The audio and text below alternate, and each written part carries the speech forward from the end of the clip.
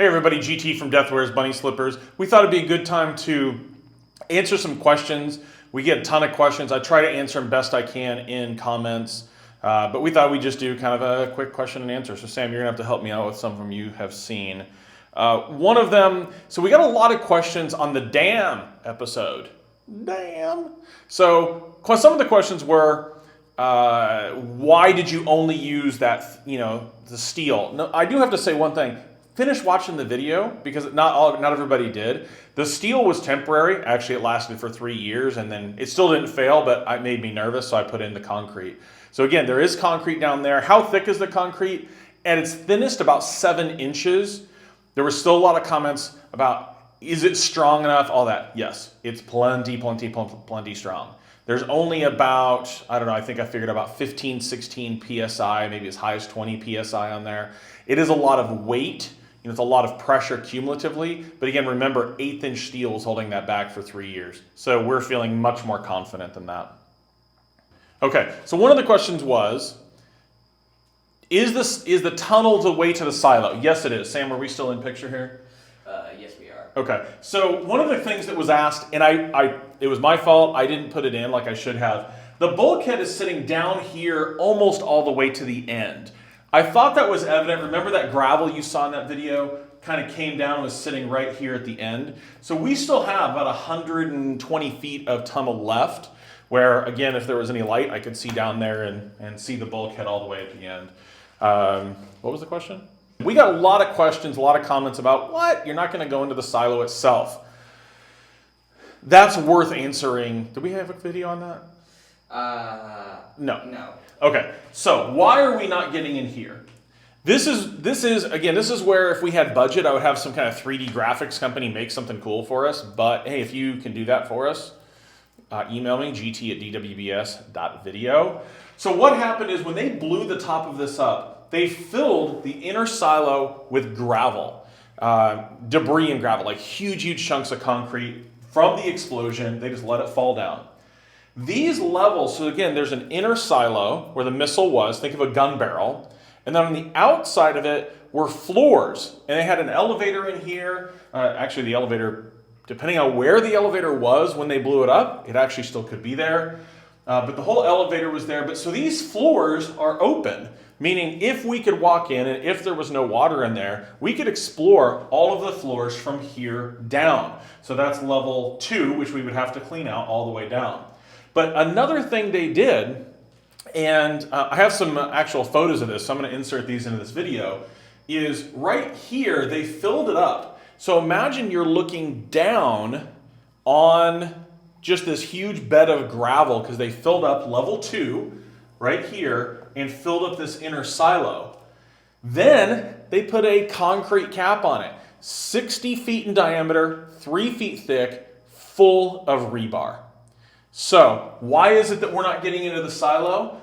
One, it's just really hard to get into. We'd have to dig down 25 feet by 60 feet and then taper it out. You're talking about moving hundreds, if not thousands of cubic yards of material, which in itself is not easy. Then you have a huge pool that when it rains, it's going to have a bunch of water sitting there. So how do you deal with that? That's why we're not in there yet. We will hopefully one day. I know I've been pretty pessimistic about that, but you guys are inspiring me. I feel like one day we're just going to get upset or whatever, and we were like, dude, let's just go open it and then spend a bunch of money. Why did you start uploading these videos now and not when we recorded them? That is a good question. It's a fair question. The truth is, number one, we were really secretive about this place for a long time. I mean, it was even like the kids were told, hey, when you go to school, don't tell anybody that your dad owns a missile silo. So one, it was secretive. Two, and that was really not because we thought someone would come out and steal something, but it's just dangerous. It was really dangerous in here for years. And I didn't want kids coming out or people coming out and exploring and getting hurt. We started uploading the videos now, or I guess back in September, because we just thought it was time. We finally had enough footage. Answering this question now, this question was asked before episode 10, but now that you've seen that we flooded the whole silo, not we on purpose, but it got flooded, imagine that 6-month time period of going without videos. You guys already hate us enough when we go a whole week without a video. If we didn't upload for 6 months because it was just full of water, you guys would have crucified us. YouTube community would have really looked unfavorably upon that. So it takes a long time to get this done. I mean, right now, Sam and I are looking at being completely caught up with where we're at by the end of 2016, meaning in video, you guys will be caught up to where we are probably by the end of this year. Maybe just a little bit into January. So that would have taken 6 years of a YouTube channel to get where we're at. And we would have uploaded a video once every 2 months, 6 months, or sometimes even a year. Sometimes we just didn't get anything done for a really long time. So that's why we decided to upload it all now. Great question. Are you concerned with the radioactivity of the nuclear warhead? Well, number one, I know you know this, it's not there anymore. But number two, these were designed to be manned around them. So there are guys and gals that, men and women that spent a lot of time down here, and many of them are still alive today, even though it was a long time ago.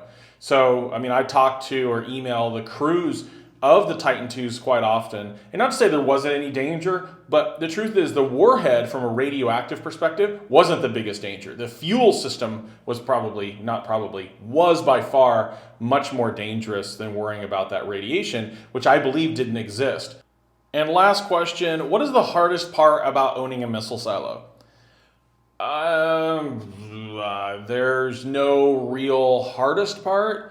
There's a lot you have to deal with, convincing your spouse, not looking ridiculous to your friends, explaining it to people, telling people why you have it. But if you're talking about just owning it for the work, because we're in Arkansas and the water table's so high, dealing with the water has been the biggest deal for us. By far, just the water. But once that's done, it's just, it's a big project. So that's the most difficult of it. It's a big, huge renovation project. The thing I love about it, which is different than if someone said, hey, go restore this really old house, that doesn't excite me at all because I don't like rotting wood. In fact, I just have this thing about how wood rots and it's really weak comparatively.